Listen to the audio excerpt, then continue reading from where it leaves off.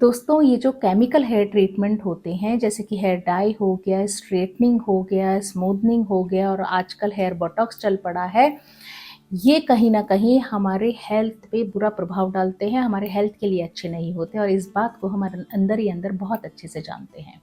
बस सिर्फ़ इस सोच को इग्नोर करते चले जाते हैं, क्योंकि एक तरफ अगर हम हेल्थ इश्यूज़ या हेल्थ हज़ार्ड्स को रखें और दूसरी तरफ सुंदर दिखने को, तो इन दोनों के बीच हम अक्सर इसको चुन लेते हैं। और बस इसी के साथ ही हम एक तरह की लूप में फँसते चले जाते हैं, एक तरह के चक्र में फँसते चले जाते हैं। और ये बात मैं इसलिए दावे के साथ कह रही हूँ, क्योंकि ये चीज़ मैंने खुद एक्सपीरियंस की है। और ये लूप क्या होता है? देखिए, अगर आप एक बार हेयर ट्रीटमेंट लेते हैं, परमानेंट हेयर ट्रीटमेंट लेते हैं, चाहे वो जैसे स्ट्रेटनिंग हो गया, उसके बाद में जब नए बालों की ग्रोथ होती है, तो हम उस नए चेंज को एक्सेप्ट नहीं कर पाते हैं, तो हम दोबारा से उसी हेयर ट्रीटमेंट की तरफ जाते हैं और ये चक्र जो है चलता रहता है।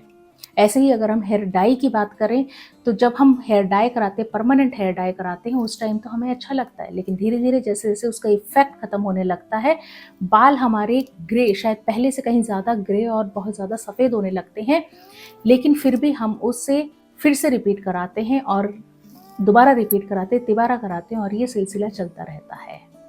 और इन सब के बीच में हम ये नहीं जानते हैं कि हम अपने स्वास्थ्य पे, अपने हेल्थ पे कितना बुरा प्रभाव डाल रहे हैं इन ट्रीटमेंट्स की वजह से।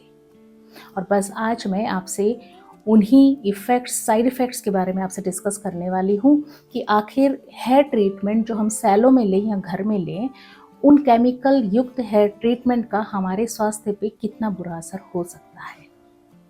केमिकल ट्रीटमेंट से या केमिकल हेयर ट्रीटमेंट से जो साइड इफ़ेक्ट्स हम फेस करते हैं, वो हमारे लोकल होते हैं और दूसरा होता है सिस्टमिक या जनरल। पहले मैं आपसे लोकल साइड इफ़ेक्ट के बारे में डिस्कस करूँगी। लोकल यानी कि स्कैल्प और बालों से रिलेटेड क्या-क्या समस्याएँ हम झेल सकते हैं।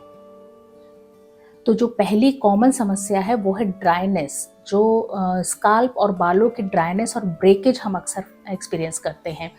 वो ड्राइनेस और ब्रेकेज होती है कुछ केमिकल्स की वजह से, जो कि बालों का जो नेचुरल ऑयल और मॉइस्चर है उसको धीरे-धीरे टाइम के साथ में ख़त्म कर देता है, जिससे कि उसमें बाल जो हैं बहुत ज़्यादा ब्रिटल हो जाते हैं, टूटने लगते हैं और स्कैल्प हमारी ड्राई होने लगती है। दूसरा जो कॉमन साइड इफ़ेक्ट है वो है जलन या इरिटेशन। स्कैल्प में जलन और इरिटेशन शुरू हो जाती है, वो होती है कुछ केमिकल्स के पीएच वैल्यू हाई होने की वजह से। और इसके चलते काफ़ी बार छोटे-छोटे चकत्ते बाल स्कैल्प में होने लगते हैं, एलोपेशिया जैसी समस्या हो जाती है, परमानेंट बाल्डनेस जैसी समस्या हो जाती है। और इसका सबसे बड़ा एग्जाम्पल है एक केमिकल पीपीडी, यानी पी फेनाइल एनेडियामाइन, जो कि अक्सर रिलैक्सर्स में होता है, जो यूज़ होता है बालों की रिबॉन्डिंग, स्मूथनिंग, स्ट्रेटनिंग में। और मैं आपको यहाँ बता दूँ कि पीपीडी यूरोपियन कंट्रीज़ में पूरी तरह से बैन है और हमारे इंडिया में अभी तक चला जा रहा है। हेयर लॉस और हेयर थिनिंग जैसी समस्या भी एक्सपीरियंस की जाती है, क्योंकि कुछ केमिकल्स के लॉन्ग टर्म यूज़ से हेयर फॉलिकल जो है वो पूरी तरह से डैमेज हो जाते हैं, जिसके चलते बाल झड़ने लगते हैं, पतले होने लगते हैं, बालों में जान नहीं रहती। काफ़ी बार बालों के टेक्सचर में परमानेंट चेंज आने लगता है।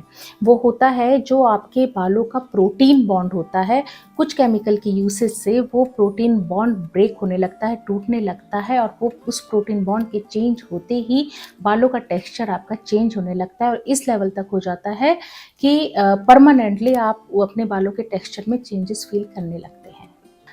अमोनिया या हाइड्रोजन पेरोक्साइड जैसे कई केमिकल्स हैं जिनको लंबे टाइम तक यूज़ करने से हेयर डिस्क्रोमिया हो जाता है। हेयर डिस्क्रोमिया बोलते हैं परमानेंट हेयर कलर में जो चेंज होने लगता है या प्रीमेच्योर ग्रेइंग होने लगता है, तब ऐसी समस्याएं सामने आ जाती हैं।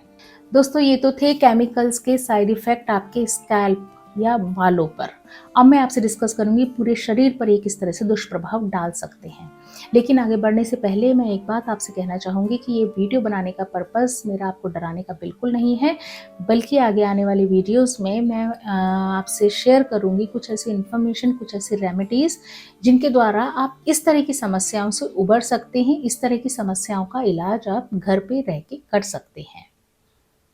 और अगर आपको ये वीडियो पसंद आ रहा है तो लाइक कर लीजिएगा, अपने दोस्तों, अपने फ्रेंड्स, अपने रिलेटिव के साथ शेयर कर लें। हो सकता है आपके साथ-साथ उन्हें भी फ़ायदा हो जाए।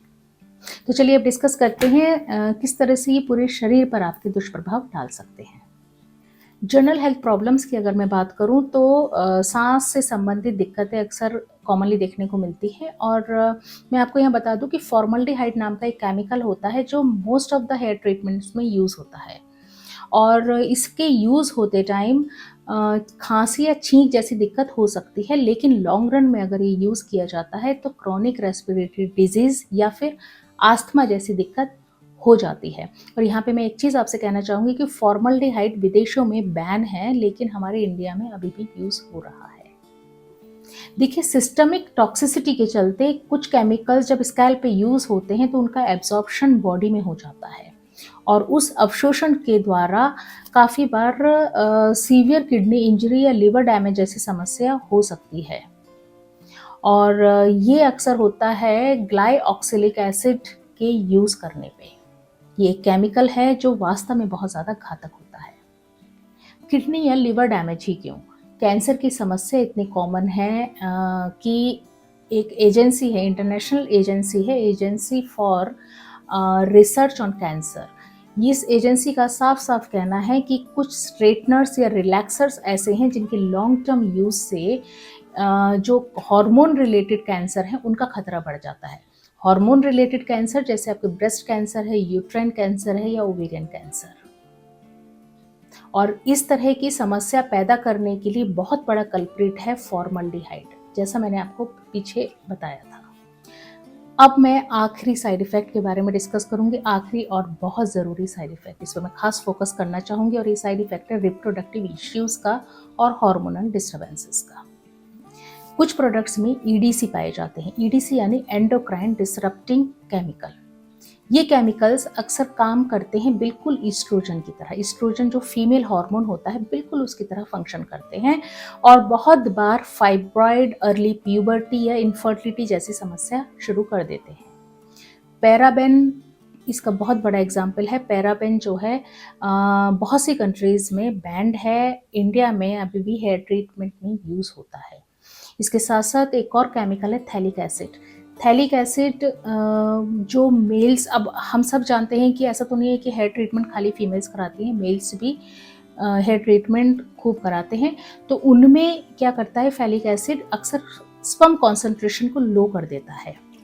और अगेन हम सब जानते हैं स्पर्म कॉन्सेंट्रेशन अगर लो होता है तो इनफर्टिलिटी होना आम बात है।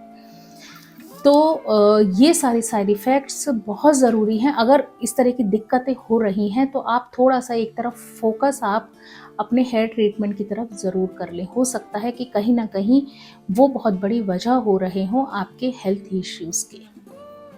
दोस्तों, ये कुछ केमिकल हेयर ट्रीटमेंट्स के साइड इफ़ेक्ट्स मैंने आपसे शेयर किए। अब मुझे आप ये बताइएगा कि इतनी ज़्यादा साइड इफ़ेक्ट, इतने सारे हेल्थ इश्यूज़ की कीमत पे बाहरी सुंदर या बाहरी अट्रैक्टिव दिखना कितना ज़्यादा जस्टिफायबल है? इस सवाल का जवाब मैं पूरी तरह से आपके ऊपर छोड़ती हूँ। मुझे कमेंट करके ज़रूर बताइएगा कि ये वीडियो आपको कैसा लगा। और मिलते हैं हम नेक्स्ट वीडियो में। तब तक के लिए stay healthy, stay happy, take care, bye bye.